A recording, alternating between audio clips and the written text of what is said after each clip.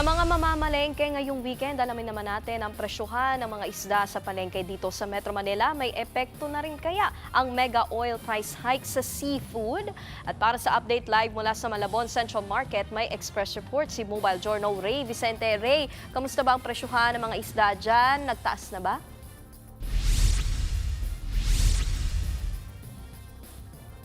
Nikki, sa kabilangan ng patuloy na pagtaas ng presyo ng gasolina ay hindi naman daw gumagalaw ang presyuhan ng isda at iba pang seafoods dito sa Malabon Central Market. Yung nga lang ay dumadaing ng ilang mga vendors dahil sa bentahan matumal.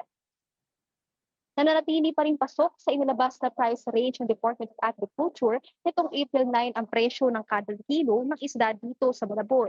Sa kabila yan ng pangambang magtaasan ang maraming bilihin dahil sa mas mahal na transport cost bunsod ng mega oil price hikes. Sa pag-iikot natin dito, Nikki, nasa 140 pesos pa rin ang kada kilo ng tilapia. 200 naman ang galunggong. Habang 250 ang bangus, ang pampano 400 pesos kada kilo. 260 naman ang laubahan habang 500 pesos kada kilo ang lapu-lapu. Para naman sa iba pang seafoods, 500 kada kilo pa rin ang pusit, habang 700 pesos ang alimango. Para naman sa mahilig sa sugpo, 800 pesos pa rin ang kada kilo niyan. Habang 400 pesos ang hipon, 200 naman ang paro shells at 120 kada kilo ang tahong. Ayon sa mga nakausap nating vendor dito, parehas pa rin naman daw ang naturang mga presyo, maliban na lang nitong nagdaang Semana Santa, kung saan nagtaas ang ilang tindahan ng halagang 20 pesos. Bumalik naman daw ito sa dating presyo ngayong linggo. Sabi ng mga tindera, mas mainam pa rin daw na hindi nagtataas ang bentahan.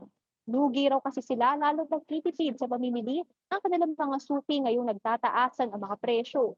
Kapansin-pansin at ramdam na rin daw kasi nila ang matumal na bentahan sa pagpasok ng Abril kumpara noong Marso kung kailan nagsisimula pa lang ang oil price hikes.